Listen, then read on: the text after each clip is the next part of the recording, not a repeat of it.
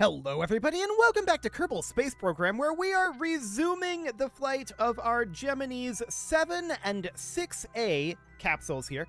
We need to take 6A, and the plan here is to bring this up into high orbit before bringing it down, because Bob is aboard here, and so we're going to use this one for that, and 6A has to be the first one to return before 7 returns. 7 remained in space a while longer. So for right now, we're just going to want to turn our RCS off, and align ourselves into orbital prograde, and we'll see how that alignment is. It looks like we'll be absolutely fine here.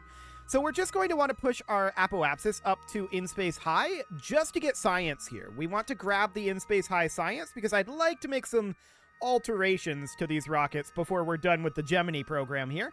And we're just going to push on out of here. We've accomplished our rendezvous, and we can move closer, further away if we want to. It's not a big deal. For now, we're just going to head right on out of here. So we're going to bring this on up, pushing our apoapsis height up to, in this particular case, I'm not going to go super high here. I think 500,000. In reality, they didn't go all that high at this point, so we're going to save going much higher for later. But I just want to be able to grab in-space high data, and we are, of course, heading on away from Gemini 7. Wonderful. So we're just going to hop out up over here. Yep, that's okay. We can, at this point, clear our target. Let's see, set as target, and then unset target. There we go. A little easier than probably zooming in here, but that's fine. So now we need to warp until we are in space high, which will be, I think it's 250, right? I looked it up earlier. I'm pretty sure it's 250. Yeah, 250. So we're going to grab our material study here. There we go. And then we're going to collect that in our experiment storage unit. Then we're going to have Bob EVA, and Bob is going to head on down. We're going to restore our Science Junior. We're going to grab 3 bits of data from here. So we're going to conduct our material study. And we're going to keep that experiment, but we're going to collect that and then reset it. And then we're going to conduct the material study again. And we're going to keep that. That will remain here. We can only store 3 locations of data right now. So we can see we're still, I think, going to be lacking a little bit of data, but we're going to get 47.5 science out of just that, so that's not bad. Absolutely great there. And then once we hit the apoapsis, I want to add a maneuver there, and we're going to bring this on down retrograde, and we're going to bring that down to about 10 kilometers. We're just returning this flight from here. Now, in reality, I want to check here. I believe they did... Oh, that was a really short duration. Okay. They were only in space for 1 day, so that's definitely not particularly long. Gemini 7 was the long duration flight of about 2 weeks. They completed 206 orbits, but we are not going to be doing that, of course. So we're going to align for this burn. We've got 13 minutes and 30 seconds until the burn. And let's arrest our momentum there a bit. And let's line up for that. There we go. And let's be ready for this. Cool. So obviously Gemini 7 is going to be staying in its orbit with no real changes to its orbit. We have about 1 minute until our burn here. Now about 20 seconds, 10 seconds, and 3, 2, 1, 0, mark. Okay. So something along the lines of that'll be fine. Are we going to be coming down in water? Reasonably likely, actually. So that's great. We're going to, of course, at this point, ditch this fuel. This fuel is all unnecessary now. And we're going to warp on over. Wonderful. So downward we go. We're going to be hitting the atmosphere fairly soon. We are flying directly over the KSC right now. We can see the KSC right there. Hi, KSC. And let's continue to warp here. We haven't hit atmosphere just yet. But downward we go. So there we are in the atmosphere. We, of course, can't grab this 0.2 material study, but that's fine. Okay, we're going to start decelerating reasonably soon here. I wonder if we're going to end up hitting this continent, but I think we're going to go over it. Yeah, we're going to go over this continent here. I'm like 95% certain about that. Okay, we're drifting off of retrograde with the physics warp on, so I'm going to turn that off for the moment. And let's just continue to slow down here a bit. We should be overshooting this continent, right? I hope. That's a hard maybe, actually. That's a very hard maybe. I think we will, though. We are over the shores right now, so we are currently entering here. And we're holding not very well retrograde, actually. Cool. Actually, we might be coming down right on this land. Okay, well, it doesn't matter either way. We would prefer a water landing because that's more historical, but we'll see. This is still currently projecting a water landing, but that is getting a lot closer to the shore.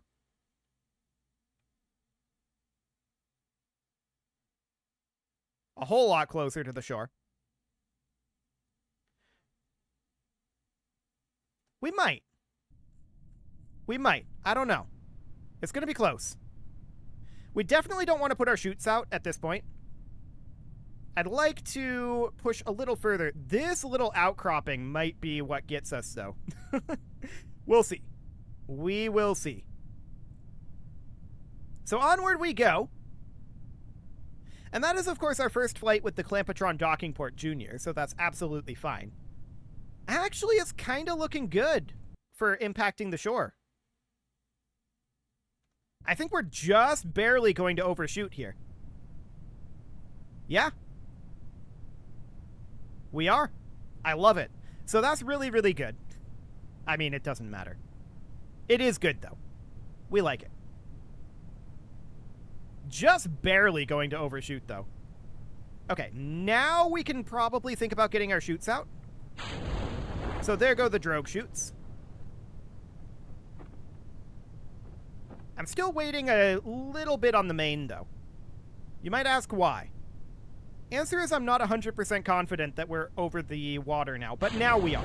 We definitely are. So the main chute goes out, and we're falling almost entirely vertically at this point, too. So that's absolutely fine. Let's physics warp our way down. We get ourselves a nice water landing, although that was a close one. That was very close, actually.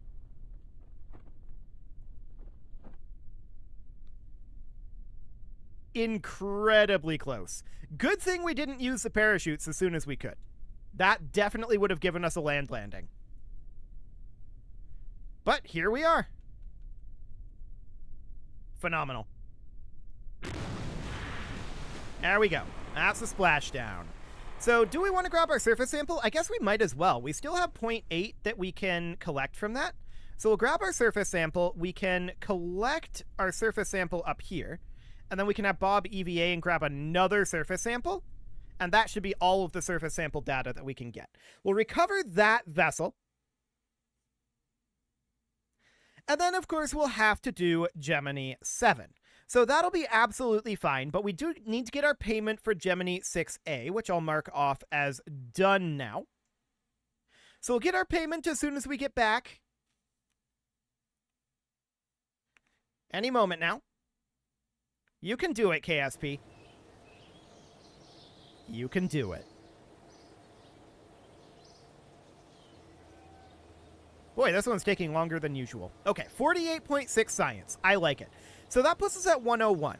We know that we need a couple of things. We know that we need, I believe it was specialized control. No, it was space exploration, wasn't it? Or something down here? Electrics? Yeah, electrics for the Probodobodine Octo. We need that for our docking vehicle. That is really the highest priority here. So we're going to grab the Probodobodine Octo. Why are our funds so low? I feel like they shouldn't be. Oh, right. It's because we had just upgraded the tracking station. Of course. Speaking of funds, we need to get our payment. So we're going to grab that. There we go. That's fine. And now we need to bring back Gemini 7, but that spent 14 days in space. So that's fine. We can definitely do that. We'll hop into the tracking station here. And we can see Gemini 7 has been in space for 2 hours. So let's just warp on forward here. I'm going to go a little faster. Okay, that's 14 days in space. Phenomenal. Good job, Gemini 7. It's time for you guys to come on home. So at this point, we're going to do a fairly standard re-entry. This is not going to be anything particularly special, but these guys do need to come home, of course. And where would we want them to? Sometime around here, probably, around the periapsis. So we would bring this on down. Although I'm going to wait a little bit because Kerbal will rotate underneath us, and I want to come down dayside, ideally, for YouTube purposes. YouTube compression does not like dark. So we'll do something along the lines of this. That should be absolutely fine. We'll bring that down to about 10 kilometers, 76.1 meters per second. Okay, Jeb and Bill, are you guys ready to come home? I suspect they are. After spending 2 weeks in space, I think they're ready. So we're going to line up here. I missed slightly. Let's alter that. There we go, and we'll warp on forward. So this burn is going to happen in about 2 minutes. Cool. Continuing to warp forward a little further. 40 seconds, 30, 20, 10, and mark. We want to be just locked on prograde for or rather retrograde for right now. Being locked on prograde at this moment would be mildly problematic. Okay, we'll call that good enough. We no longer need this additional fuel, so we will ditch that. And let's head on down. 80 kilometers up, we're going to be hitting the atmosphere shortly. Okay, so that's hitting the atmosphere here. I guess we'll grab our materials study for flying high, since we can do that. May as well. Grab a tiny bit of science anyway. And let's physics warp our way on forward. We're very high up right now, and we're still moving reasonably quickly. So hopefully we're going to bypass this continent. That's the idea anyway. But there's a fair amount of continent to bypass here. No doubt about that. I do think we're going to be coming down night side. We maybe should have targeted this stretch of ocean instead. I don't know. It's fine. I think it'll be okay. With the ambient light boost, hopefully YouTube is not going to be too bad on this darkness. So now the question is, do we manage to bypass the continent here? And I think the answer to that is yes. That's the theory anyway. Oh, it's definitely going to happen. Okay, cool. So that is absolutely fine. That said, we do see this jutting out again. We'll see. We're drifting off of retrograde, so we'll come off of physics warp for the time being. We might want to target landing in here. We're slowing down a decent amount. If we want to target landing here, then we should definitely actuate our parachutes as soon as possible. That said, we're slowing down nicely. I think we'll be fine on that juncture. Yeah, we'll just wait till we're past here and then use our parachutes, assuming it's safe to do so. But it should be. I think we'll definitely be landing in this body of water. So that looks absolutely fine here. We're down to 1,200 meters per second. No major issues here. And let's just continue to warp forward a bit. It's reasonably safe now. Yeah, we don't even need to use our parachutes. We're definitely going to hit here anyway. But we'll get these parachutes on out. And there we go. Fantastic. So that's all fine. 200 meters per second until we splash down. We can see our splashdown point here. That is much easier to see at night, for the record. No doubt about that, but night landings are definitely not my preferred. But it'll do. So we'll splash down here, and then we need to make ourselves the target vehicle for next flight, right? I'm double checking here. Yes, Gemini 8, the mission objectives are place an uncrewed target vehicle in orbit and dock to uncrewed target vehicle with Gemini 8. So that's definitely something that we're going to do. I think we definitely have time to design the actual target vehicle here, and so that'll be great. We'll get this splashdown done. There we go. And we presumably already have... I guess we can grab a surface sample here, but we'll do a mystery goo observation too. This will be a tiny amount of science that we're going to get out of that. To be clear, there's a lot more science that we could get if we wanted to. We're pretty science constrained right now. Once we start getting to the moon, that won't so much be the case. But for now, we are a bit science constrained. That's for sure. So that's okay. We are going to hop on over here. We need, I think, 160 science to finish out the Gemini program in terms of getting the Titan II rocket, I think it's called, in terms of getting that properly set up. We're almost 10% of the way there. Okay. Well, we need to get our payment now for Gemini 7. So we're going to add in our money there. Phenomenal. That puts us up to 630,000. Out of curiosity, how much would we be able to get for science if we were to do that? So, setup cost would be... This would yield 1 science for each 12,000 funds. That's pretty painful. That's not a lot of science. So 160... Hang on. One calculator. Get up here. 160,000... Or actually, 160 science times 12,000, what is that? 209.78. That's going to be about 2 million Kerbal bucks in order to get the 160 science that we need. Okay, that's a lot of Kerbal bucks, no doubt about that. Let's hop into the VAB, and we're going to design that uncrewed target vehicle. It was called the Agena target vehicle. Okay, so that's absolutely fine. We already looked up what the craft for that looked like, but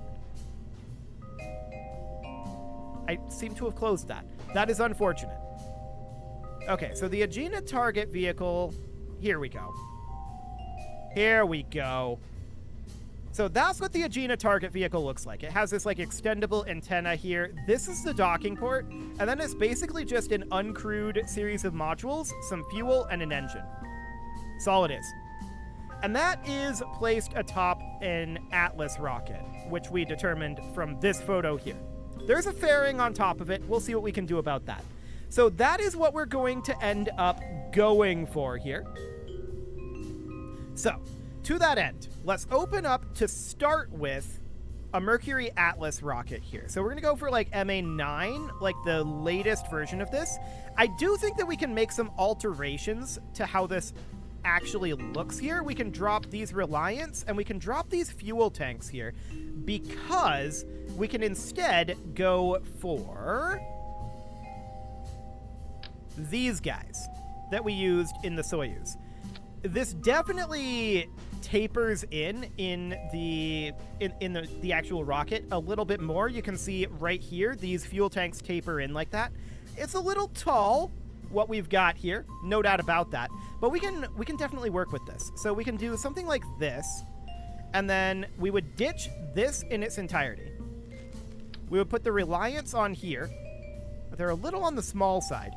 We could go for... Yeah, that's the 1.25 meter. That's the compact version. We wouldn't be doing that. We could instead upgrade these Reliance and change the Mercury engine here. I forget how many nozzles the Atlas actually had on that first craft. Let me double check that real quick here. So that, of course, lifted on Atlas Agena. Yes. I'm checking in on that first stage. So it was powered by... How many nozzles was that? That's a real question here. So it was a member of the Atlas family of rockets. It's like the Atlas II. That's not ideal. Okay, so for now what we're going to do is we're just going to ditch the solid fuel in this. We're not going to be utilizing that. I'm going to ditch these TV-30s and the TV-45s. I'm going to have be simply 2. I don't know how many nozzles there was in this center. I could look that up, but that would take a significant amount of time, potentially. So for now, what we're going to do is that, and then we're going to lift this. Ooh, that's a little on the big side, but we could make it a compact, like a 1.25 meter. Even that's a little big there. I feel like the compact is actually the way to go here. So we do something like this. And this would, of course, need to be duplicated like that. I wish there was a metal version of this, but we could do something kind of like that to merge it in a little bit. And then we can drop this down. And we could merge it in kind of like this, in theory. We would make sure that these external fuel ducts are connected, of course. We want the fuel to flow like this. That is correct. So it would, and remember, these are not actually intended to detach at any point in the flight of this thing. So having this be clipped in a little bit is not a bad thing. So it would clip in to be about like this. And then we would just strut them together down here and up here. So that would be like the upgraded version of the Atlas rocket there. That should be fine. What would this thrust to weight end up being? We would need this to go here. 1.66, absolutely fine. Okay, so again, we're never going to detach these. So this should be completely okay. So something along the lines of that would do. And then up here, we would end up ditching everything that's up here, right? So ditching the Mercury spacecraft. And then we're going to be using our Probodobodyne Octo that we just recently unlocked as our primary control for this. Then we're going to be putting in some form of fuel tank on this. Let's see. Let's pull up the actual vehicle photo one more time here. There we go. Okay. So we can definitely see this is an engine here. This is a fuel tank. And then this is the control areas. So something like... we would end up needing something along the lines of... does this have a built-in reaction wheel? It does. But I'm going to toss in another reaction wheel. We're going to go with a small one. We're going to need the Clampotron docking port Junior here, of course, to dock to. And then beyond that, I would actually like to put in a battery here. There were a number of modules here. I don't know what each and every one did. We know there was an extendable antenna on here, so we can toss one of these guys on. And in fact, I do want that to be snapping. So let's snap that into some form of position. And that'll do. So something like that. And then this did have a decent amount of fuel attached to it as well. We could, however, just say that it utilizes this fuel and then use an adapter for that. This adapter is the correct size up top, but not the correct size down below. And this is not the correct size on either. I don't know if we have the correct adapter for this. This is obviously too big. This is obviously too big as well. So I don't think we have the correct adapter for this, sadly. And that just looks ridiculous. So I don't think we're going to go ahead and do that.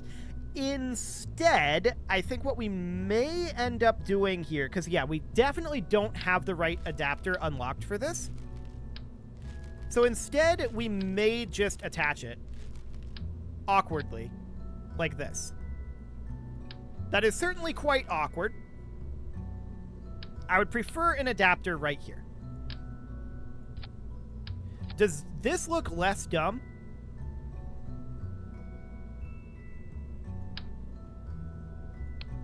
Hang on. That's still pretty dumb, but that does kind of do the trick. in a really dumb sort of way. If we're going to do that, we definitely shouldn't bring this fuel. And we should just do something kind of like this. This should be... I would like this to be black, but unfortunately that's not an option. We're going to have it be white like this. I would prefer it to not be, though. So I want to have this be strutted together, just to make sure that it's good, like that. Okay, so that's fine. And this will, of course, be the Agena target... I typoed that. Target vehicle. Wow, I cannot type. Okay, beautiful. So we'll save that, and it'll be something kind of like this. That should do the trick. Let's put this out on the pad and do a quick test flight. We are going to revert this. I want to see how the aerodynamics go. They should be reasonably fine. So let's just put this out on the pad, and we're basically at the end of this episode. We're going to be launching a real one of these in the next episode, but this one's a simulation. I want to see how it flies. It'll be interesting. No doubt about that. Note that we don't have any RCS on this. I don't see any RCS nozzles on the Agena target vehicle photo. That doesn't mean they don't exist. They probably did. But we're just going to do something like this and see how this goes. Oh, these engines are not firing. Let's revert that back to launch. I thought we fixed that, but it must have re-broken that at some point. Yes, we don't have the SRBs in the engines. They would blow themselves up if we did. We're not going to have the SRBs in there.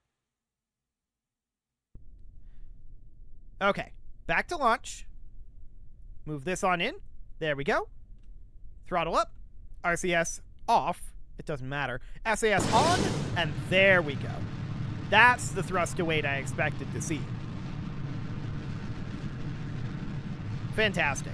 Now, in reality, this shouldn't bow back out like this. We're lacking a fuel adapter for this, but it's okay. No major issues there. Let's run a quick stress test here on the aerodynamics. So I'm going to let this go up to 200 meters per second, and then I'm going to hard pivot over to the horizon and see what happens. We are unable to pivot further than this. Okay, so that means we're quite stable. I'm just trying to take us over as hard as we can right now.